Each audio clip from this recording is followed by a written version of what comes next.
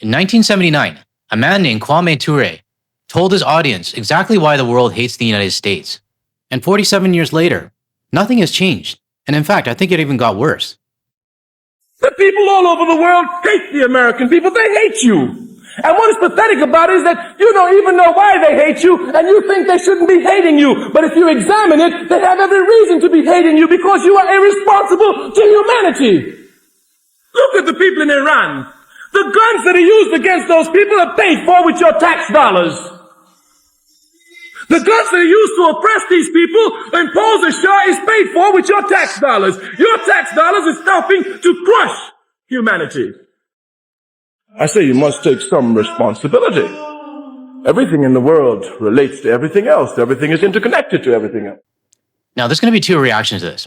The first reaction is you're going to agree with everything that Kwame said. And if you agree, you're probably going to be outside of the United States, or you're going to be a US citizen who understands the propaganda that your government has built.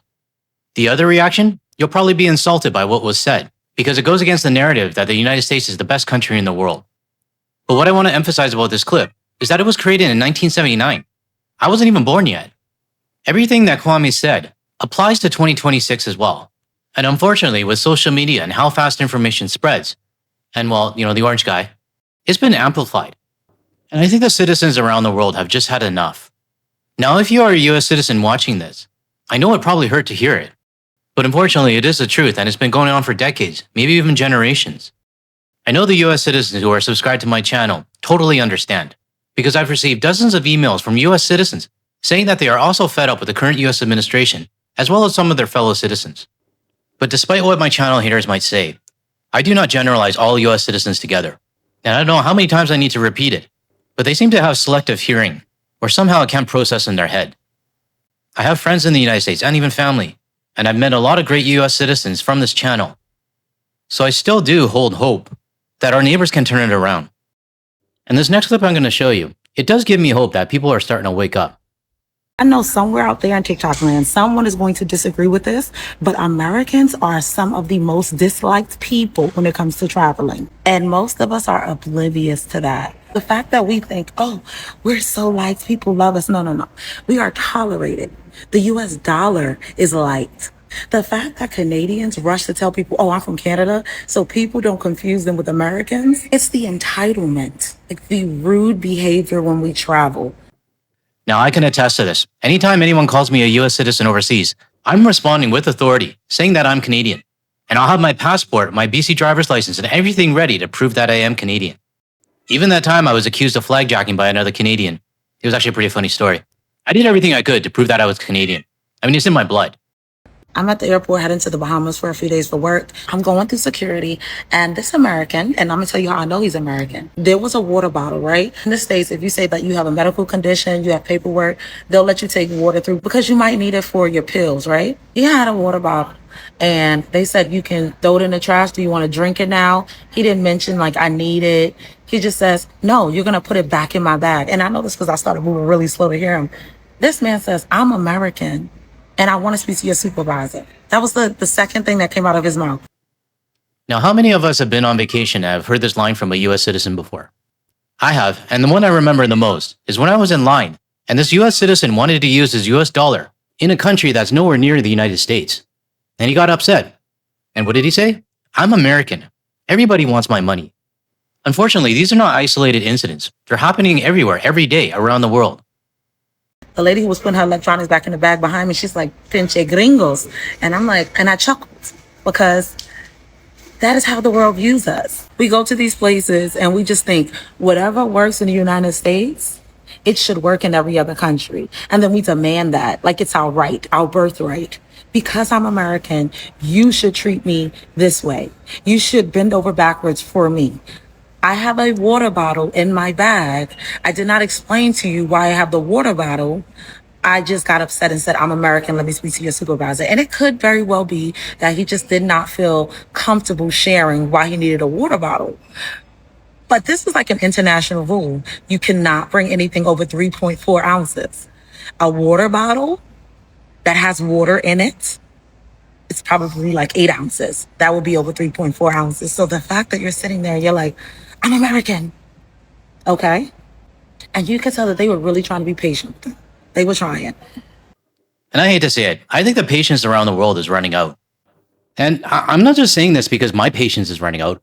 I mean, the evidence is there. It's all over social media. And the more and more videos that we see like this, it tells me, yes, the world is fed up.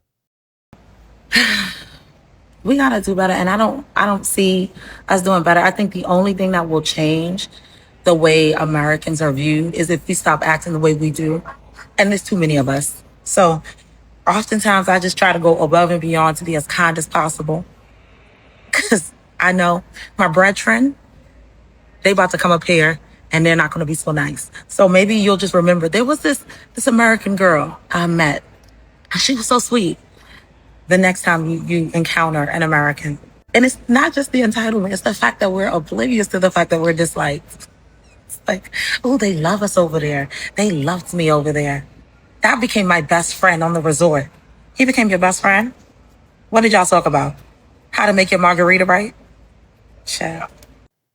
Now, for my channel haters that say that I hate all Americans, no, I have the utmost respect for this woman because she gets it and she understands what her country has become or what it is. And she's also not afraid to say it because what I'm noticing is that many US citizens are getting very defensive when it comes to any flaws on their country. I'm also not saying Canada's perfect because we're not. We're far from it. But I don't go around traveling saying that I'm Canadian with a sense of entitlement. So if I've ever met this woman traveling, I would shake her hand and I would say, we need more US citizens like you traveling, not the ones that are ruining your reputation. Now, speaking of the ones that are ruining their reputation, would you ever forgive a MAGA supporter? It's a very good question that's coming up lately because it seems like a lot of the MAGA people are starting to wake up. But should we forgive them? Let me play this video. I think people really realize how counterintuitive the hate that I receive when you can take one look at my page and see that I am doing the work. Hi, Carter. I know you're not the only one that's leaving MAGA and receiving hate, but I want to point out in a visual way, if we can, on why you're not entitled to forgiveness just because you are deconstructing from your past, which that's great. You're not entitled to anyone's forgiveness. And this is why. Your actions as a triple Trumper, actions that everyone has taken, they are the effect that they've had in this country. So think of it as this blank sheet of paper. This is a blank sheet of paper that now represents our country. And this is what Trump and everything related to him, they're doing. Okay, so it doesn't matter that you are asking for forgiveness, deconstructing all of that. Doesn't change the fact that this is the country now. Like this is the country that we have now.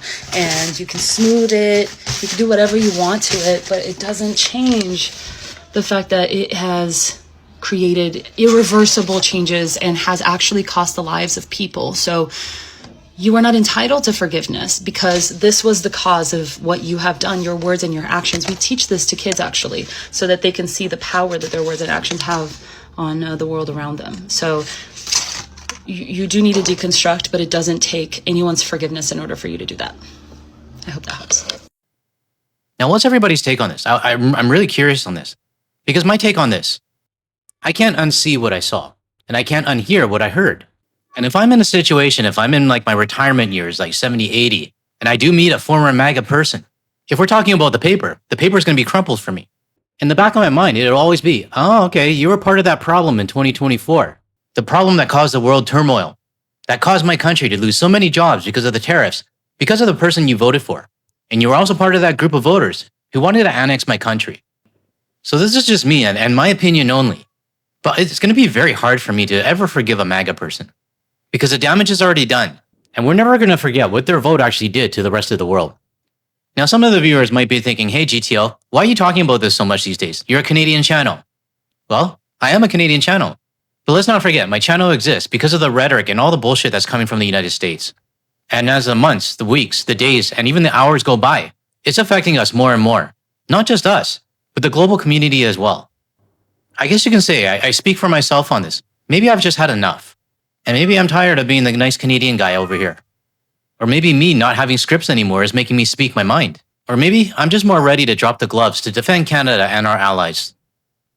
Now, before I close out this video, I want to give a shout out to Dale, who posted this on the Guard the Leaf page on the Hey Cafe website. This photo is taken from Cape Spear in Newfoundland and Labrador, And I really appreciate you posting it on the Guard Leave page and sharing it with the community. Now, I got one more clip for everybody, and it's more of a funny one, because I do want to end this on a funny note. Let me play it. Oh my God, can it just fucking happen already?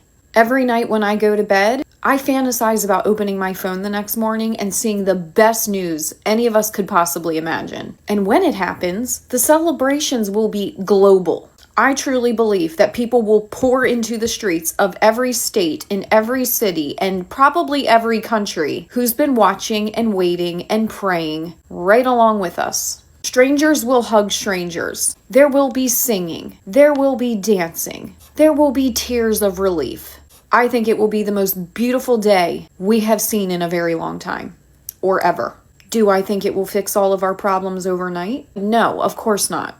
There is a lot of work ahead, a lot of destruction to rebuild, and wounds that will take years to heal. But it will be the moment we can finally exhale. So can it hurry the fuck up already? I'm tired of waiting. I'm tired of hoping. I'm ready for that day to be here.